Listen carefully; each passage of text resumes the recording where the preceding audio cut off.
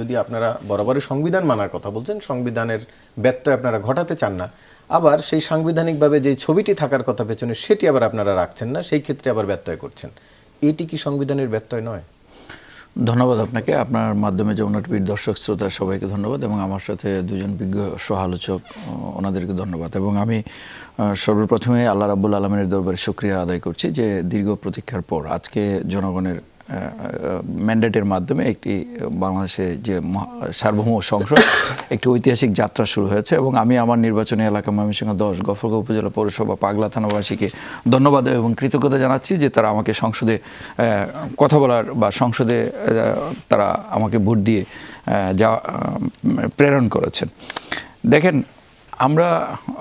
দেখেন যে বিষয়টি নিয়ে বিতর্ক তৈরি হয়েছে, আসলে দেখেন এখানে রাষ্ট্রপতি সংসদে ভাষণ দেবেন, এটা তো রেওয়াজ, সাংবিধানিক, এটা বাধ্যবাধকতার বিষয়। আর ওনারা যে বিষয়টা বলছেন যে আসলে এর যথার্থ জবাব আমাদের বিএনপির স্থায়ী কমিটির সদস্য এবং স্বরাষ্ট্রমন্ত্রী জনাব সালাউদ্দিন আহমেদ দিয়েছেন। দেখেন 5 তারিখ আপনি যখন অভ্যুত্থান পরবর্তী, আমি তার আগে স্মরণ করছি যাদের রক্তের বিনিময়ে 71 থেকে শুরু করে 24শে জুলাই অভ্যুত্থানে যারা শহীদ হয়েছেন, যাদের রক্তের বিনিময়ে আজকে আমরা এই সংসদে আসতে পেরেছি, তাদের আত্মার মাগফিরাত কামনা করছি। দেখেন 5ই আগস্ট আমরা যারা গণ অভ্যুত্থানের সাথে যুক্ত ছিলেন তারাই সরকার গঠন করেছেন, তখন তারাই কিন্তু এই রাষ্ট্রপতির সাথে আলাপ করেছেন, 5 তারিখ আলাপ করেছেন, 6 তারিখ আলাপ করেছেন, তারপর ধরেন তারা মন্ত্রিত্ব গ্রহণ করেছেন, উপদেষ্টা হিসেবে শপথ গ্রহণ করেছেন এই রাষ্ট্রপতির কাছে।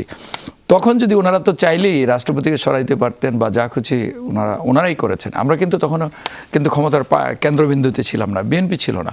সুতরাং দল হিসেবে বিএনপির উপর এই দায়টা চাপানো এটা আসলে মানায় না। এটা হলো প্রথম কথা। দ্বিতীয় কথা হলো যে আপনি যখন যার কাছে আপনি নিজে শপথ নিয়েছেন আর তারপর আপনি আবার তার বিরোধিতা করছেন। এবং এখন আমরা রাষ্ট্রপতির পক্ষে কথা বলছি, বিষয়টি কিন্তু এরকম না।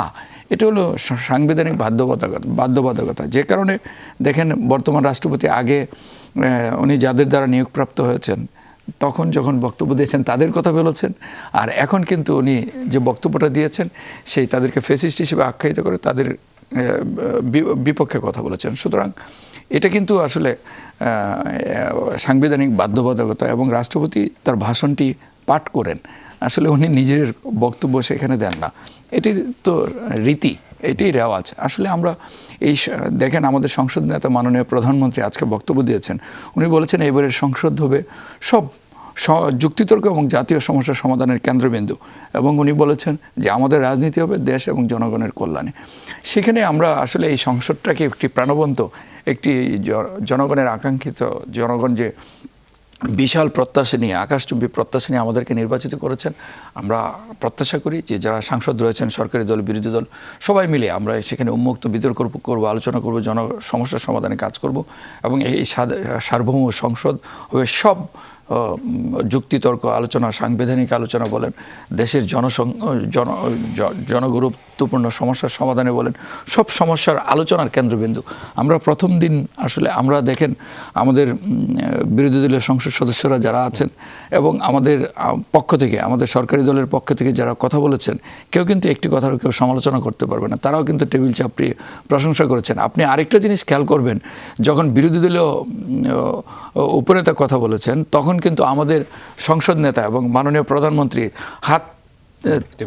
টেবিল চাপড়িয়ে তাকে প্রশংসিত করেছেন। এটা বাংলাদেশের একটি পরিবর্তনের মেসেজ দেয়, বার্তা দেয়। আমরা আসলে এই সংসদটিকে একটি কার্যকর সংসদে পরিণত করতে চাই।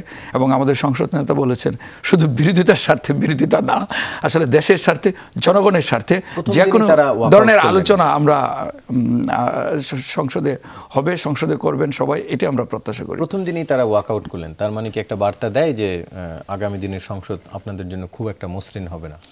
দেখেন আমরা তো দেশের জন্য, জনগণের জন্য রাজনীতি করি। এই সংসদটা আসলে এই সংসদে যারা এসেছেন সবাই জনগণের বাংলাদেশের ইতিহাসে সবচেয়ে অবাধ সুষ্ঠু নির্বাচনের মাধ্যমে এই সংসদে যারা সাংসদবৃন্দ তারা নির্বাচিত হয়েছেন।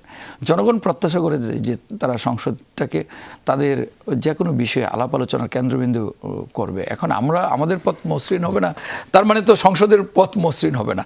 তো সেটা তো কারোর জন্য কাম্য চাইলেই না, কিছু করতে পারবেন এমনটা নয়, বিরোধী দলের বাধার মুখে নিশ্চয়ই দেখেন আপনারা আমরা তো করতে যাচ্ছেন। চাইলে যে কোনো কিছু করতে চাই না, আমরা চাই যে জনগণের সমস্যার সমাধানের কেন্দ্রবিন্দুতে পরিণত করতে, জনগণের সমস্যা নিয়ে আলোচনা করতে, দেশ গড়তে। আমাদের তো দেখেন সবার আগে বাংলাদেশ, আমরা বাংলাদেশটাকে গড়তে চাই, বাংলাদেশ নিয়ে কীভাবে বাংলাদেশটাকে সামনে এগিয়ে নেওয়া যায় অগ্রযাত্রার কথা বলতে চাই সবাইকে নিয়ে। আমরা চাই ওনারাও সেখানে ওনাদের দায়িত্বশীল ভূমিকা পালন করবেন। এই শুধু বিরোধিতার স্বার্থে বিরোধিতা না, ওয়াকআউট এটা গণতান্ত্রিক রীতি, তবে ওয়াকআউটটা যেন প্রয়োজনে হয়, অপ্রয়োজনে না।